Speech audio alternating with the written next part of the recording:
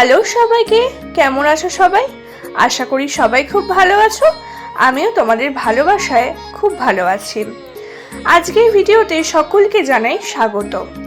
আজকে গোপাল আমাদের বাড়িতে গেছে, তোমরা আশা করি শর্টসে দেখেছো।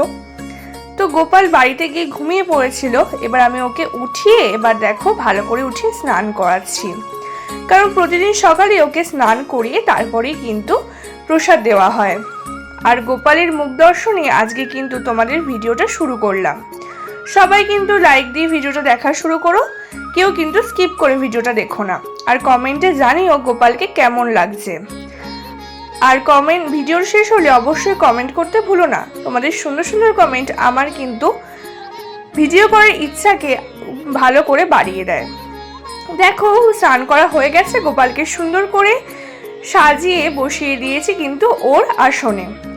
আর কতটা মিষ্টি লাগছে গোপালকে। আসলে বাসিটা না সেই সময় আমি খুঁজে পাইনি, ওই কারণে দিতে পারিনি। আর বাবা এখন পুজো দেবে। Good morning everyone. আজকের ভিডিওটা তোমরা গোপালের দর্শনই শুরু করেছো। তো এখন বাজে ঘড়িতে ওয়েট বলছি 7টা বাজেনি, 6:58 বাজে। তো আজকে অনেক সকাল সকাল উঠে গেছি, দেখো স্নানও করে ফেলেছি ঠান্ডার মধ্যে, যদিও গরম জল দিয়ে করেছি তাও আমার ঠান্ডা লাগছে। তো আমি এইমাত্র গোপালকে সাজিয়ে এলাম, বাবা এবার পুজো দেবে। আর আজকে তোমরা শর্টসে দেখেছো কিনা জানি না, আমি কালকে দেখিয়েছিলাম যে আমি গোপালকে এই বাড়িতে এনেছি, মানে আমার বাপের বাড়িতে। তো আজকে একটুখানি মন্দিরে যাব, মানে আমাদের কালী মন্দিরে, আমাদের মানে যে পুরনো বাড়িতে, মানে আমাদের গ্রামের বাড়িতে এই মানে অঘ্রাণ মাসে পুজো হতো, ঠিক আছে, কালী পুজো, বাৎসরিক কালী পুজো হতো। এবার সেটা তো আর এখন এখানে পসিবল হয় না, ওই কারণে আমরা মন্দিরে গিয়ে ডালা দিয়ে আসি। আর পুরো দেখতে পাবে যে সূর্যোদয়ের মানে সূর্য যে উঠছে সেটা না, মানে আমি এখান থেকে দেখতে পাচ্ছি, আমার এত ভালো লাগছে, তোমাদেরকেও দেখাবো। আর তোমরা অবশ্যই ভিডিওটা দেখো, খুব বড় করবো না আশা করি, ঠিক আছে। আর এখানকার মানে কি বলবো, আমার সকালবেলা এখনো স্নান করে নিয়েছি যেহেতু অতটাও ঠান্ডা লাগছে না, মানে মোটামুটি ঠান্ডা লাগছে। তো আজকের ভিডিওটা গোপালকে নিয়ে আমি মন্দিরে যাব, তোমাদেরকে দেখাবো সবটা, তোমরা দেখতে থাকো। আর অবশ্যই একটা লাইক দিয়ে দেখা শুরু করো। আর ভিডিওটা দেখার পরে অবশ্যই কিন্তু কমেন্টে জানাবে যে আমার ভিডিওটা তোমাদের কেমন লেগেছে।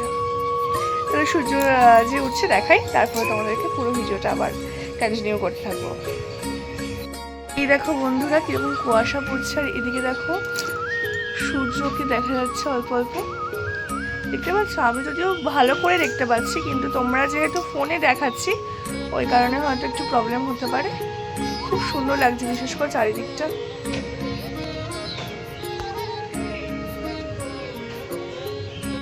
দেখো বন্ধুরা এখন 7:50 বাজে, আর আমি এখন রেডি হয়ে গেছি। আমরা এখন কালী মন্দিরে পুজো দিতে যাব। আর আমার লুকটা অবশ্যই তোমাদের সাথে শেয়ার করব। আর গোপোষণাকেও নিয়ে যাবো, সেটাও কিন্তু আজকে দেখাবো তোমাদের সাথে।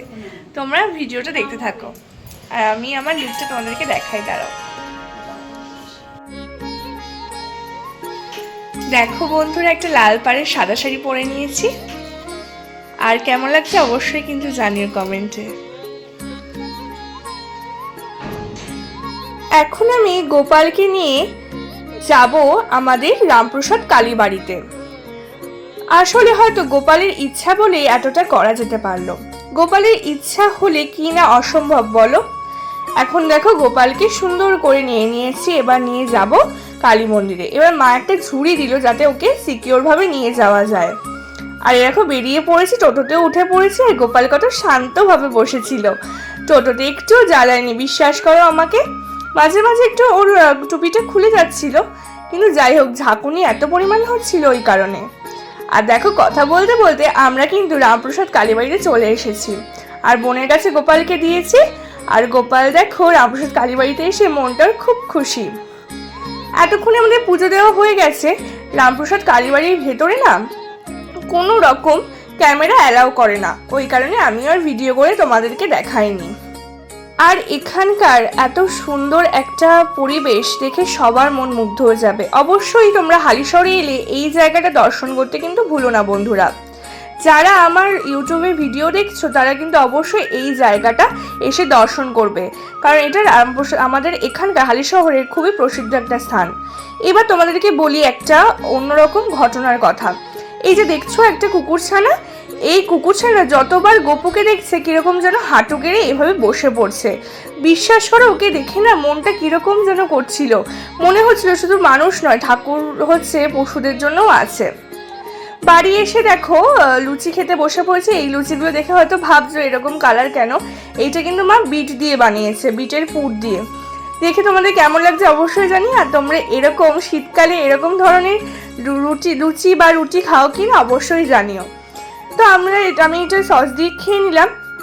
আর বিশ্বাস করো, আমি বিয়ের আগেও এইরকম রুটি আর লুচি কিন্তু খেতাম। মা কিন্তু বিটের রুটিও করতো আর লুচিও করতো। অনেক কিছু আর মেশায় আমি ঠিক জানি না গো, তার জন্য তোমাদের কাছে শেয়ার করতে পারলাম না। কারণ শীতকালে তো অনেক রকম ফল ওঠে, মানে সবজি ওঠে, ওই কারণেই হচ্ছে এইসব করা। তারপরে দেখো আমি একটু চা খেয়ে নিলাম। আর এই চাটা কিন্তু আমার বাবা করেছিল। আমার বাবা কিন্তু খুব ভালো চা বানায়।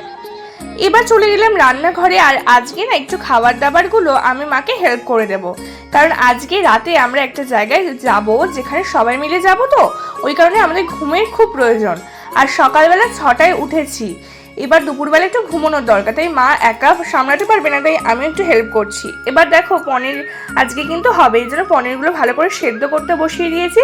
পনিরগুলো প্রথমে একটা পাত্রে দিয়ে তার মধ্যে কিন্তু জলগুলো দিয়ে দিয়েছি, যাতে একটুখানি সেদ্ধ হয় ভালো করে। ফুটে উঠলেই কিন্তু হচ্ছে আমরা নামিয়ে নেব। আর জানো তো আমি এইভাবেই পনির করি, আগে জানতাম না অবশ্য, কিন্তু এখন আমি জানি যে এইভাবেই পনির করলে পনিরগুলো সফট থাকে। আর কি বলতো, পনিরগুলো না আমাদের বাড়ির পাশে যে দোকানটা থেকে নেওয়া হয়েছে খুব একটা ভালো জায়গায় রাখে না ওরা, ওর জন্য বারবার এই বাবা বলেছিল যে পনিরগুলো একটু ভালো করে জলের মধ্যে রাখতে। এবার ফুটিয়ে নিলে তো আরও ভালো, বলো। এবার দেখো নুনটাও দিয়ে দিলাম আমরা, যাতে নুনটা দিলে একটু মানে পনিরের ভেতরেও নুনটা ঢুকে যায়, তাহলে আর খুব একটা নুন ছাড়া লাগবে না জিনিসটা। তো আমি খুব একটা রান্না বান্না পারি না, তোমরা এর আগেও দেখেছো, কিন্তু কি বলো তো, যতটুকু পারি তোমাদের সাথে শেয়ার করি।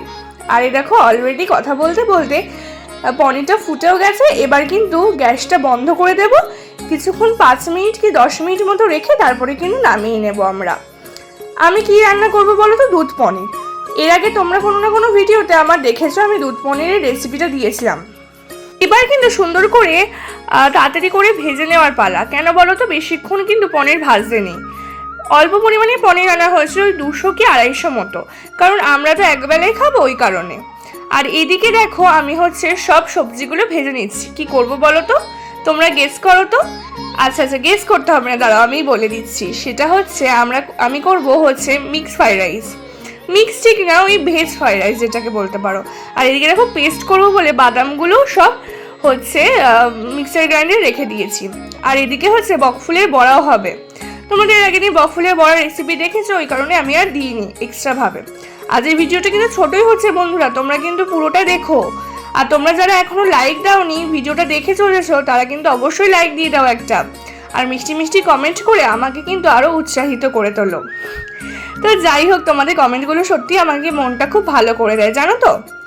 তারপর দেখো এই ভাজাগুলোও করতে হবে। আর তার মাঝে বোন হচ্ছে একটু দুপুরবেলা গপুকে দিয়ে আসতে গেল খাবার, কারণ জানো তোমরা যাদের বাড়িতে গপু আছে তোমরা জানো যে 3 বার দিতে হয় গপুকে কিন্তু খাবার।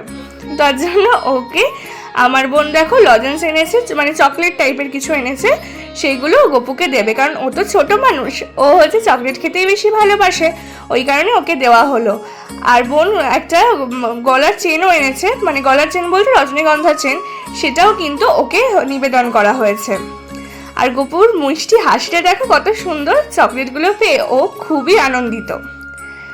এবার তারপরে আমি কিন্তু খাবার নিয়ে বসে পড়েছি। আর তোমাদেরকে দেখাই, দেখো আজকে খাবারের মেনুতে কি কি ছিল।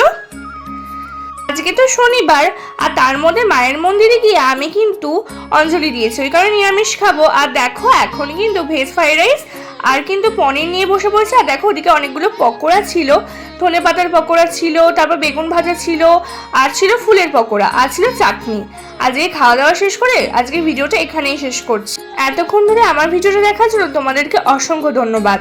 আর ভিডিওটা ভালো লাগলো কি না অবশ্যই কমেন্টে জানিও। আর দেখা হচ্ছে অন্য কোনো ভিডিওতে। ততক্ষণ ভালো থেকো, সুস্থ থেকো আর নিজেদের খেয়াল রেখো। বাই বন্ধুরা, ভালো থেকো।